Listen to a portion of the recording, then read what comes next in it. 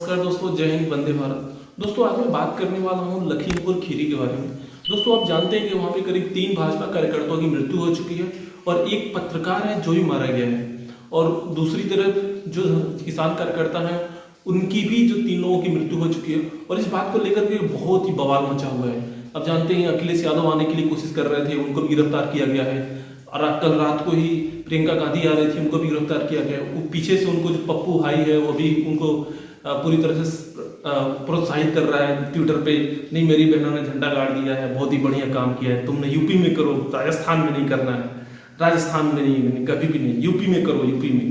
राजस्थान में चाहे रेप हो, चाहे हिंदू पलायन करें, कोई बात नहीं, चुप रहना है। राजस्थान में करो, मत करो, शिफ्ट करना है वहीं पे जहाँ बीजेपी शासित राज्य हो।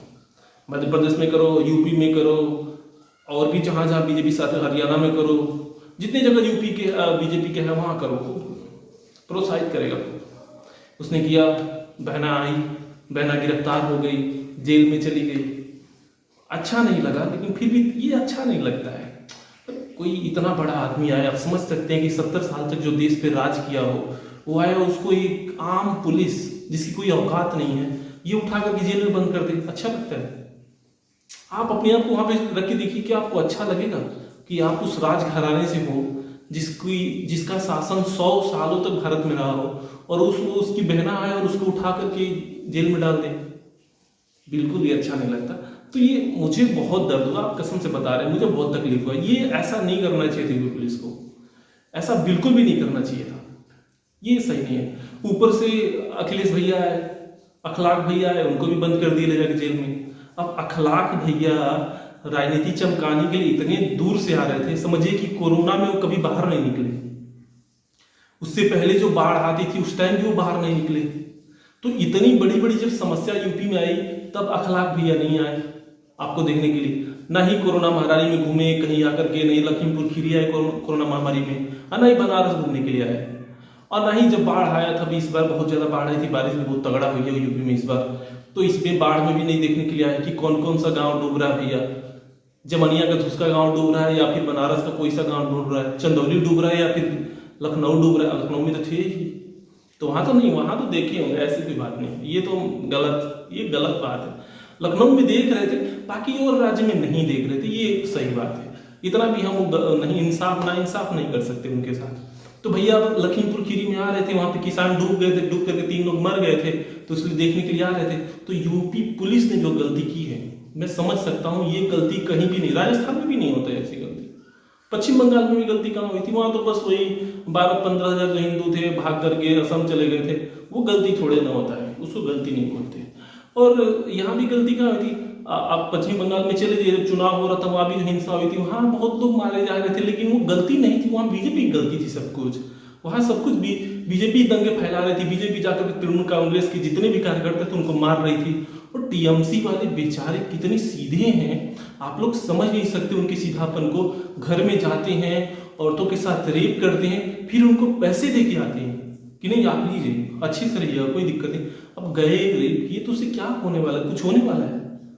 ये तो आम चीजें हैं, वो इतना प्रेम से करते हैं सब कुछ, कोई दिक्कत नहीं है, इसमें किसी को कोई दिक्कत नहीं होता है। हम देखिए, आप समझदार हैं, सब कुछ समझ रहे हैं। और आप किसान आंदोलन 10 महीने से चल रहा है, सरकार ने साफ साफ बोल दिया है कि हम किसान आंदोलन लागू नहीं करेंगे, सॉरी हम किसान जो कि 3 कानून आए हैं उसको लागू नहीं करेंगे। लेकिन फिर भी आंदोलन किस लिए कर रहे हैं? हमारे और आपके भले के लिए कर रहे हैं लोग। आपको समझ में नहीं आया? आपसे मैं बात कर रहा हूँ, सुनिए, आपसे मैं बात कर रहा हूँ, आपसे सुनाई दे रहा है आपको? घर में बैठे हुए हैं आप, कम से कम जाइए किसान आंदोलन में, वहां आप भी बैठिए तंबू में। वहां जाएंगे तो यहाँ आप बेरोजगार बैठे हुए हैं, बेरोजगार मड़ी में बैठ के क्या कर रहे हैं आप? गांव में बैठे हुए बेरोजगार, शहर में जाकर बैठे हुए नौकरी खोज रहे। अरे बगल में ही, दिल्ली के बगल में ही हो रहा है आंदोलन, गाजीपुर बॉर्डर पे जाइए, वहां पे आपको रोज का 500 रुपये मिलेगा, महीने का 15,000 रुपये कमाएंगे आप। क्या खराब है ये? क्या कमी है? आप यहाँ बैठ के क्या कर रहे हैं? बैठ करके बस एक दूसरे की गलती कर रहे हैं, और क्या कर रहे हैं? वहां जाइए, जब वहां पे टिकैत साहब आपको बुला रहे हैं, बोल रहे हैं कि हम आपको सैलरी भी देंगे, अगर आपको कुछ दिक्कत हो गया, तो जैसे लखीमपुर खीरी में 3 लोग मरे हैं तो 45 लाख रुपए मिला है, तो क्या चाहिए? इंश्योरेंस भी हो रहा है, और क्या चाहिए बताइए आपको? और नहीं तो सरकारी नौकरी भी मिलेगी, क्या चाहिए आपको? आप यहाँ बैठ करके क्या करेंगे बेरोजगार की तरह? आप बेरोजगार हैं, मैं जानता हूँ आपको इस नौकरी नहीं है, इसलिए मैंने आपको सॉल्यूशन बताया है। सॉल्यूशन यही है कि आप किसान आंदोलन में जाइए, वहां पे आपको महीने का 15,000 रुपये मिलेगा। और अगर आपकी उसमें कहीं डेथ हो गई, मान लीजिए ये कोइंसिडेंट होता है इसमें, वो नहीं, मान लीजिए लखीमपुर खीरी की तरह आपके साथ कुछ दुर्घटना हो जाती है, तो आपके परिवार को 50 लाख रुपए मिलेगा, अब प्लस सरकारी नौकरी भी मिलेगा। क्या चाहिए? अरे इतना बढ़िया मतलब नौकरी कौन देता भैया? सिर्फ बैठना है जाके वहां पे, कुछ नहीं करना है। किसान आंदोलन में कौन नारे लगा रहा है? कोई नारे नहीं लगा रहा है। एसी लगी हुई है, फर्स्ट क्लास, जाएंगे सोएंगे वहां पे। मान लीजिए कोई पत्रकार आए तो आप जय किसान आंदोलन भाई टिकैत साहब की जय हो गया, कर दिया आप, नहीं तो 3 किसान रद्द करोगे, नारा लगा दिया, काम खत्म। और क्या है इसमें? कुछ नहीं है। तो देखिए इतने अच्छे नौकरी टिकैत से आप अपॉर्चुनिटी दे रहे हैं, आपको जाना चाहिए। आप यहाँ बैठ करके गाँव में गलती कर रहे हैं, 10 लोगों के साथ बैठ कर कुछ नहीं होने वाला है। आप जाइए, बलिदान दीजिए और 50 लाख रुपए घर लेके आइए और एक सरकारी नौकरी। कितना अच्छा लगा, मैंने कितना अच्छा तरह समझाया आपको। आप सोचिए इस बात को। तो ये देखिए जो भी वहां पे हुआ है, आप जानते हैं कि किसान आंदोलन के जो नेता हैं इसके पहले भी बहुत सारा कांड कर चुके हैं। अब कुछ लोग होंगे इसमें भी निकलेंगे, भैया बहुत गलत काम किए, बीजेपी वाले मरवा दिए 3 किसान नेता को, इतना बड़ा गलत। ये साले जब से आए तब से यही काम कर ही रहे हैं। देश में जितना भी कुकर्म हुआ सब बीजेपी वाले ने किया है। बंटवारा जब हुआ था, जो मुसलमान हिंदू को मारे, तभी बीजेपी वाले थे। अभी तालिबान जो अफगानिस्तान में मार रहा है, वहां भी बीजेपी वाले मार रहे हैं। अब भैया हर जगह बीजेपी वाले ही तो कर रहे हैं, हर जगह आरएसएस है। केरल में जो हिंदू मर रहे हैं, वहां पे केरल में पूरी तरह से हिंदू खत्म हो गए, सब बीजेपी, केरल में भी आरएसएस।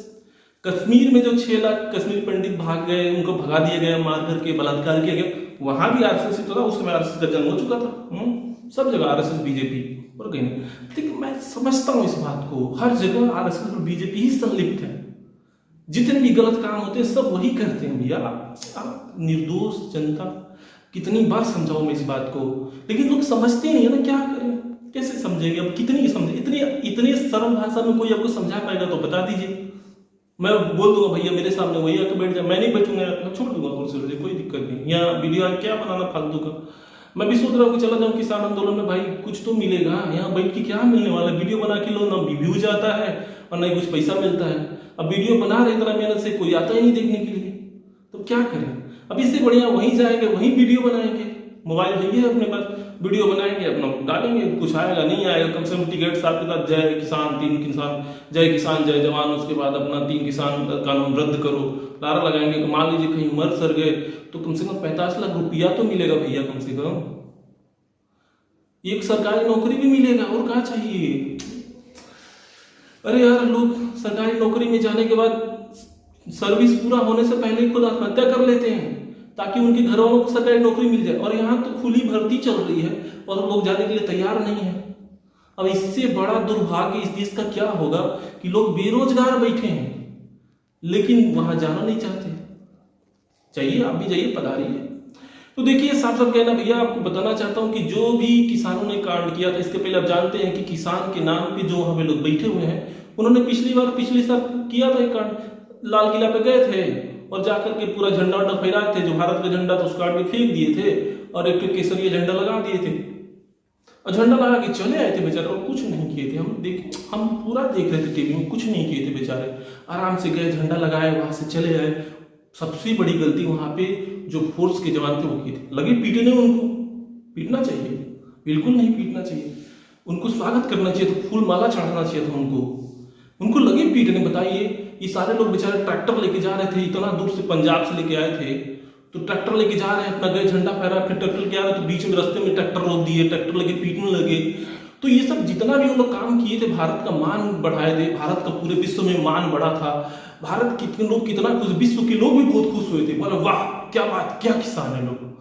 तो ये उनके कांड थे भैया, सोचा आप लोगों को याद दिला दो, नहीं तो आप लोग भूल जाते हैं बार बार ना, आप लोगों को याद ही नहीं आता है। साला हम कुछ भी कहेंगे आप सुनेंगे नहीं, समझेंगे नहीं, हम चिल्लाते रहेंगे, नहीं बीजेपी किसान इतना कि बीजेपी वाले खराब, बोलेंगे नहीं बीजेपी बढ़िया, ये कोई बात है? बीजेपी बिल्कुल खराब है, आरएसएस ही हर समस्या का मूल जड़ है और कोई कुछ नहीं करता। तालिबान कहाँ कुछ कर रहा है, ममता बनर्जी कहाँ कुछ की थी भैया, और कश्मीर में कहाँ कुछ हुआ था? 6 लाख हिंदू पंडित ही तो आए थे, कहाँ से? उनसे क्या 6 लाख में क्या होने वाला है? भारत में 100 करोड़ हिंदू हैं, अब 6 लाख चले गए तो उससे क्या होने वाला? कुछ नहीं। तो ये तो छोटी मोटी बात है, इससे कुछ नहीं होने वाला। तो दोस्तों आप समझ गए होंगे ये लखीमपुर खीरी में जो घटना हुई है उसमें किसका दोष है।